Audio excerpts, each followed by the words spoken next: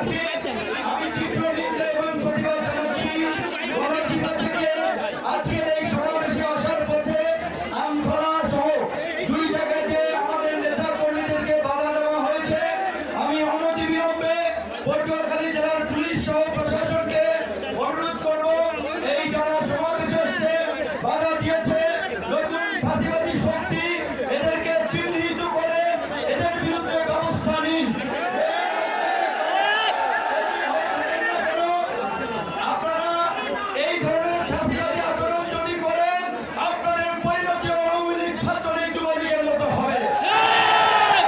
শেখ হাসিনা খুব অহংকার করে বলেছিল, আমি শেখ মুজিবের কন্যা, আমি দেশ ছেড়ে পালাই না। কিন্তু এই দেশের জনগণ যখন রাস্তায় নেমে এসেছে, শেখ হাসিনা ঠিকই রাস্তায় থেকে পালিয়েছে। গত 1.5 দশক ধরে ফাঁসিবাদের বিরুদ্ধে আন্দোলন হয়েছে, সরকার বিরোধী আন্দোলন হয়েছে, নেতাকর্মীর আন্দোলন হয়েছে। শেখ হাসিনার পতন ঘটাতে পারেন নাই। ছাত্র জনতা সাধারণ মানুষ যখন রাজপথে নেমে এসেছে, বুলেটের সামনে দাঁড়িয়ে গেছে, তখন শেখ হাসিনা এবং স্বৈরাচারের পতন হয়েছে। গত 53 বছরে এই দেশের মানুষ অনেক স্বৈর শাসক, অনেক ভোটাধিকার হরণকারী, ভোট ডাকাত, প্রাচীর শক্তিকে দেখেছে। পরিষ্কার কথা, এই দেশের তরুণরা বারবার রক্ত দিয়েছে, জীবন দিয়েছে, কিন্তু আগামীতে এই দেশের তরুণরা কারো ক্ষমতায় সিঁড়ি হওয়ার জন্য রক্ত দেবে না, জীবন দেবে না। এই দেশের তরুণরা কারো লাঠিয়াল বাহিনী হওয়ার জন্য জীবন দেবে না, রাজপথে নামবে না। এই দেশের তরুণরা আগামীতে নতুন বাংলাদেশ বিনির্মাণ করার জন্য, নতুন রাজনীতি প্রতিষ্ঠা করার জন্য, নতুন ভাবে নেতৃত্ব দেওয়ার জন্য সংগঠিত হচ্ছে। পরিষ্কার কথা, এই যে আমরা রাষ্ট্রের কর্তৃত্ববাদী আচরণ আমরা বিগত সরকারগুলোর কাছে দেখেছি, আমাদের বিচার বিভাগ, আমাদের প্রশাসন, এমন কোন প্রতিষ্ঠান নাই যেটাকে আমরা জনবান্ধব বলতে পারি। আজকে গণমাধ্যমের ভাইরা তারা ভালো করে জানে, খবর প্রকাশ করার কারণে তাদেরকে লাঞ্ছিত হতে হয়, অপমানিত হতে হয়, হামলার শিকার হতে হয়। কাজে এই যে স্বাধীন সাংবাদিকতার পথ, এইটাও নিশ্চিত করতে হবে। বিচার বিভাগের স্বাধীনতা নিশ্চিত করতে হবে, জনবান্ধব প্রশাসন গড়ে তুলতে হবে, নতুন রাজনীতি গড়ে তুলতে হবে। তার জন্য এই ছাত্র জনতা কাজ করবে। এই রাষ্ট্রের সংস্কারের জন্য আমরা যেটা দেখতে পাচ্ছি, অল্প এই কিছুদিনের মধ্যেই শেখ হাসিনার স্বৈর শাসনের পতন হলেও নব্য একদল দখলদার, চাঁদাবাজ, লুটপাটকারী, মাস্তান বাহিনীকে আমরা এখন দেখতে পাচ্ছি। জনগণকে মাস্তান বাহিনীর লুটেরা, দখলদার, চাঁদাবাজ, এই নব্য গতিওটা মাফিয়াদের বিরুদ্ধে আওয়ামী লীগের মতো ঐক্যবদ্ধ হতে হবে। আওয়ামী লীগকে যেভাবে হটিয়েছি, বাংলার জমিনে আর কোন দখলদার, চাঁদাবাজ, মাফিয়া দলকে প্রতিষ্ঠিত হতে দেওয়া যাবে না।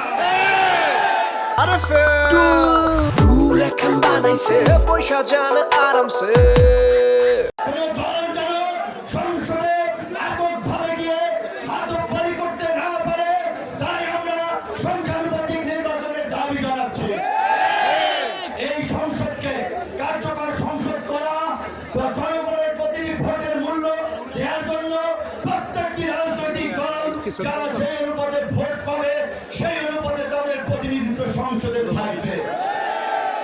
একদল এককভাবে ক্ষমতায় গেলে কি হয়, সেইটা আমরা গত 50 বছরে দেখেছি।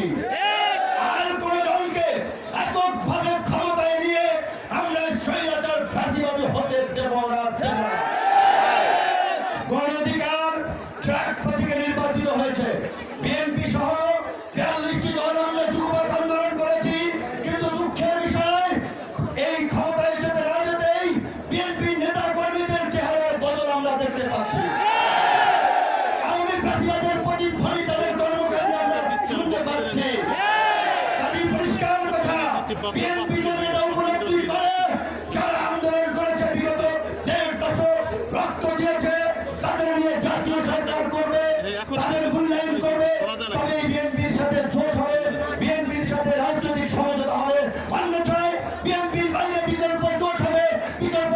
প্রার্থীকে নিয়ে এককভাবে নির্বাচন করা হবে।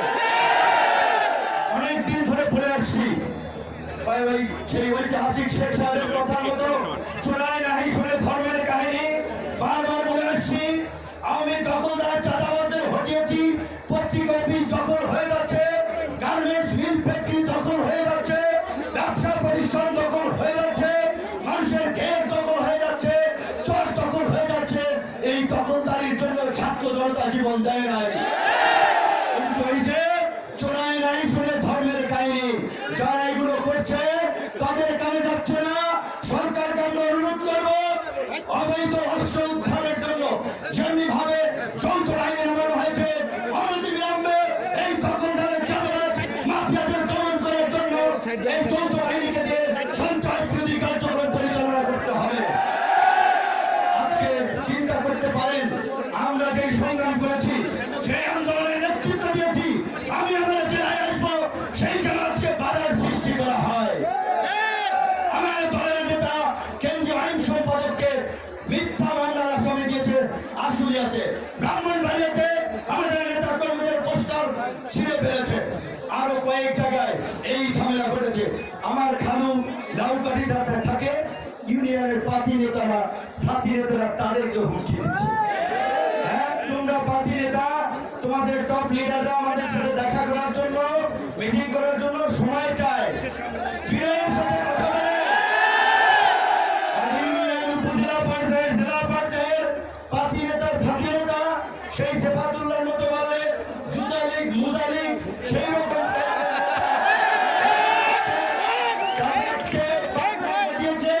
পাটনা ভেঙে যাবে। পরিষ্কার ভাবে একেবারে সুতার মতো সোজা করে ফেলাবে ছাত্র জনতা।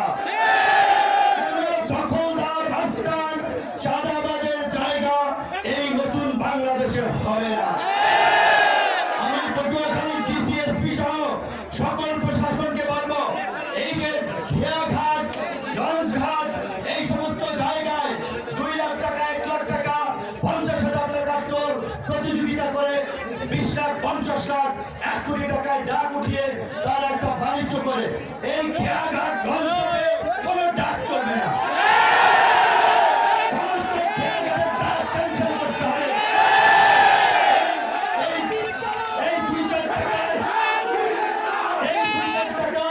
সরকারের কোষাগারে কিচ্ছু আসে যায় না। এখন সরকার যে ট্যাক্স আইন করেছে আমরা সবাই সরকারি কোষাগারে আমরা সবাই ফান্ড দিয়ে সরকারকে সমৃদ্ধ করব, কিন্তু চাঁদাবাজদের সুযোগ দিতে এই ছোটখাটো টোল, লঞ্চঘাট, খেয়াঘাটে কোনো ইজারা হাট বাজারে চলবে না। কারণ এই হাট বাজার, খেয়াঘাট, লঞ্চঘাটের ইজারাকে কেন্দ্র করেই এই চাঁদাবাজ, দখলদার, মাফিয়া বাহিনী তৈরি হয়। আজকে গণ অধিকার পরিষদ নিবন্ধিত হয়েছে, আমি নেতা কর্মীরা পরিশ্রম করেছে, তাদেরকে ধন্যবাদ জানাই। বিশেষ করে আজকে আপনারা যারা এসেছেন অনেক ধন্যবাদ এবং কৃতজ্ঞতা। কিন্তু আপনারা এই কথা মনে রাখতে হবে, 1 মণ দুধের মধ্যে 1 ফোঁটা চড়া বলে যেমন দুধ নষ্ট হয়, তেমনি ভাবে এই যে আপনারা বিশাল সমাবেশ করেছেন এইটা দেখে কিন্তু অনেকের মাথা নষ্ট হয়ে যাচ্ছে। ভাই, গণ অধিকার পরিষদ 3 দিন আগে নিবন্ধন পাইছে, তারা আজকে এইভাবে বিশাল সমাবেশ করে ফেলাইতেছে, হাজার হাজার লক্ষ লক্ষ লোক তাদের পেছনে ছুটতেছে। কাজেই আপনাদের মধ্যে রাজনৈতিক বোঝাপড়া এবং ঐক্যের খুবই প্রয়োজন। যদি আপনারা ঐক্যবদ্ধ না থাকতে পারেন, পরিষ্কার রাজনৈতিক বোঝাপড়া না থাকে, তাহলে আমরা সফল হব না। সেলফিবাজি, ছবি তোলা, ফটো লাগবে না। রাজনীতি করেন দেশের জন্য, মানুষের জন্য। প্রত্যেক পাড়া মহল্লায়, হাটে বাজারে, মাঠে ঘাটে গিয়ে মানুষকে এই জিনিসটা বুঝান। গত 53 বছরে ক্ষমতার পরিবর্তনের পরে যারা এই ক্ষমতায় বসেছে একই চিত্র এবং চরিত্র দেখেছি। এই পুরনো জঞ্জাল আর দেখতে চাই না। আগামী সংসদে গণ অধিকার পরিষদের 300 আসনে প্রার্থী দেওয়া হবে।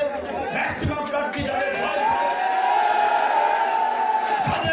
হবে 30 থেকে 40-50-এর মধ্যে।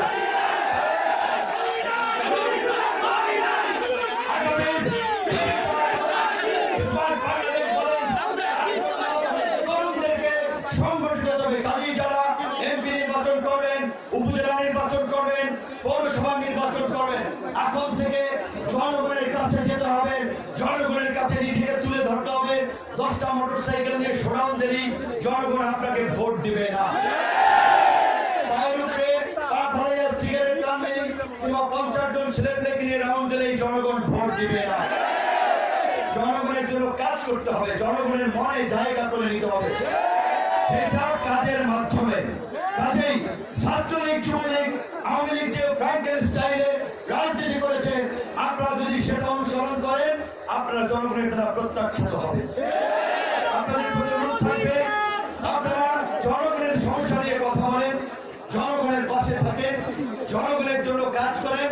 যারা গণবিরোধী কর্মকাণ্ড করে, গেট দখল করে, চর দখল করে, দোকান দখল করে, বাস স্ট্যান্ড থেকে চাঁদা তুলে, তাদের বিরুদ্ধে জনগণকে নিয়ে ঐক্যবদ্ধ করুন এবং জনগণকে এই মেসেজটা পরিষ্কারভাবে আপনারা তাদের উপলব্ধিতে নিয়ে আসতে হবে। এই সাধারণ জনগণেরই অসাধারণ ক্ষমতায় আছে, তাদের ভোটে জনপ্রতিনিধি, সেটা মেয়র হোক, কাউন্সিলর হোক, চেয়ারম্যান হোক, এমপি হোক, নির্বাচিত হয়। কাজেই তারা যদি ভালো মানুষগুলোকে ভোট দিয়ে নির্বাচিত করে সমর্থন করে, তাদের মাধ্যমে আগামীতে একটা নতুন বাংলাদেশ গড়ে উঠবে। সেই ক্ষেত্রে নিজের ঢোল নিজে পিটাইয়া বলবো না আমরাই সর্বসেরা, আমরাই সবচেয়ে ভালো। আমার কথা, আমাদের কথা হচ্ছে, যারা ভালো কাজ করে, যারা ভালো মানুষ, যাদের দ্বারা সমাজ এবং রাষ্ট্র উপকৃত হবে, তাদেরকে আপনারা বাছাই করুন, তাদের পেছনে থাকুন, তাদেরকেই ভোট দেন। আমাদের মাঝে এখন আমার আরেকটি অতীত মঞ্চে উপবিষ্ট আমার একটা ছেলে। আপনারা কেন ঘাবড়ান? তাহলে এই দায়িত্ব আপনাদের সকলকে নিতে হবে। আপনারা যদি সকলে